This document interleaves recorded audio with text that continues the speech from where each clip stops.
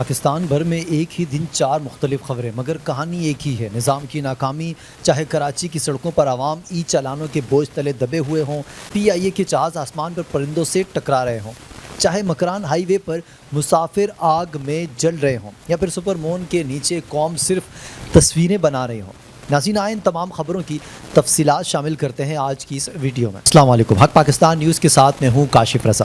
ناظرین، کراچی میں ای چالان کا نظام بے قابو ہو چکا ہے۔ شہری کو ایک ہی دن میں 50,000 کے چالان۔ کراچی وہ شہر ہے جہاں روزانہ لاکھوں گاڑیاں سڑکوں پر رواں دواں رہتی ہیں، اب ایک نئے بحران سے دو چار ہے۔ ای چالان سسٹم کا بے قابو ہو جانا یہ وہی نظام تھا جسے حکومت نے جدید ٹیکنالوجی کے نام پر متعارف کروایا تھا تاکہ شفافیت بڑھے گی، ٹریفک نظام میں بہتری آئے گی اور عوام کو سہولت بھی ملے گی۔ لیکن افسوس یہ ہے کہ یہ سہولت اب شہریوں کے لیے سزا بن چکی ہے۔ شہری حکیم اللہ کے مطابق اسے 30 اکتوبر کے دن ایک ہی روز میں 5 ای چالان موصول ہوئے، اور وہ بھی ایک ہی جیسے الزام پر، سیٹ بیلٹ نہ پہننے پر۔ حیرت انگیز طور پر ان میں سے 3 چالان 12:03 پر ماڑی پور پہ ہوئے، جبکہ باقی 2 صرف 10 منٹ کے بعد 12:13 پر حسن اسکوائر پر درج کیے گئے۔ اب سوال یہاں بہت اہم پیدا ہوتا ہے کہ کیا ایک ہی شخص ایک ہی گاڑی میں 10 منٹ کے اندر ماڑی پور سے حسن اسکوائر پہنچ سکتا ہے؟ اور اگر نہیں تو پھر یہ نظام یا تو ناقص ہے یا پھر عوام سے پیسے بٹورنے کا ایک نیا ہتھ کنڈا۔ شہری حکیم اللہ کا کہنا ہے کہ جب اسے چالان موصول ہوئے تو وہ یہ دیکھ کر دنگ رہ گیا کہ تاریخ اور وقت واضح طور پر درج تھے اور مجموعی رقم 50,000 روپے تک جا پہنچی تھی۔ یعنی ایک عام شہری کے لیے ایک دن کا سفر 1 مہینے کی تنخواہ کے برابر بن چکا تھا۔ یہ واقعہ کوئی پہلا نہیں، حالیہ مہینوں میں درجنوں شہریوں نے ای چالان سسٹم میں غلطیوں، دوہری انٹریوں اور جعلی تصاویر کی شکایت کی، لیکن حکومت کی طرف سے کوئی واضح پالیسی یا خودکار تصدیقی میکانزم سامنے اب تک نہیں آیا۔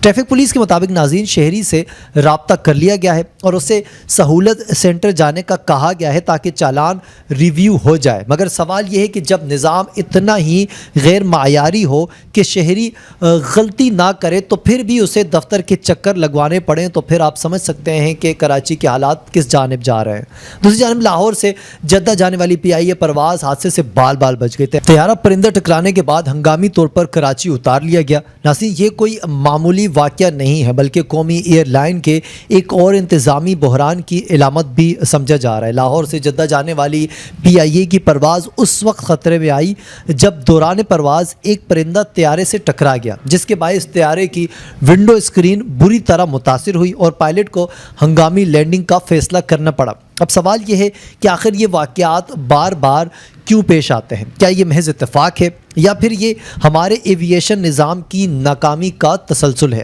ذرائع کے مطابق اس پرواز میں 344 مسافر سوار تھے، جن میں بڑی تعداد عمرہ زائرین کی تھی۔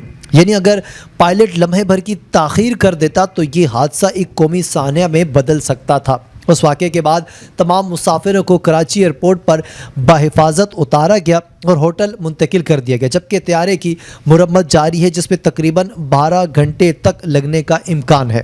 مگر اس سب کے باوجود یہ سوال اپنی جگہ برقرار ہے کہ آخر پاکستان کی ایئرپورٹس پر برڈ کنٹرول سسٹم صرف کاغذوں میں ہی کیوں موجود ہے؟ ناظرین، یہ کوئی پہلا واقعہ نہیں تھا۔ گزشتہ 2 سالوں میں درجنوں پروازیں پرندوں کے ٹکرانے کے باعث متاثر ہو چکی ہیں۔ ہر بار تحقیق کا اعلان ہوتا ہے، رپورٹس بنتی ہیں، مگر نہ حفاظتی اقدامات کیے جاتے ہیں اور نہ ذمہ داروں کے خلاف کسی قسم کی کوئی کارروائی سامنے آتی ہے۔ ناظرین، اسی دوران بلوچستان سے انتہائی افسوسناک خبر سامنے آئی۔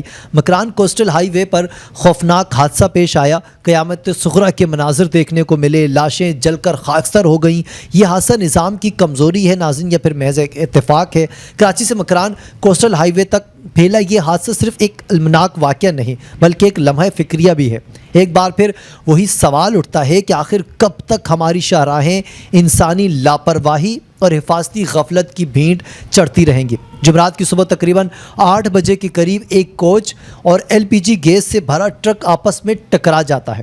تصادم کے فوراً بعد زوردار دھماکہ ہوا، آگ بھڑک اٹھی اور دیکھتے ہی دیکھتے 7 افراد زندہ جل گئے۔ ایدھی ٹیموں نے فوری طور پر موقع پر پہنچ کر لاشوں کو نکالنے کی کوشش کی،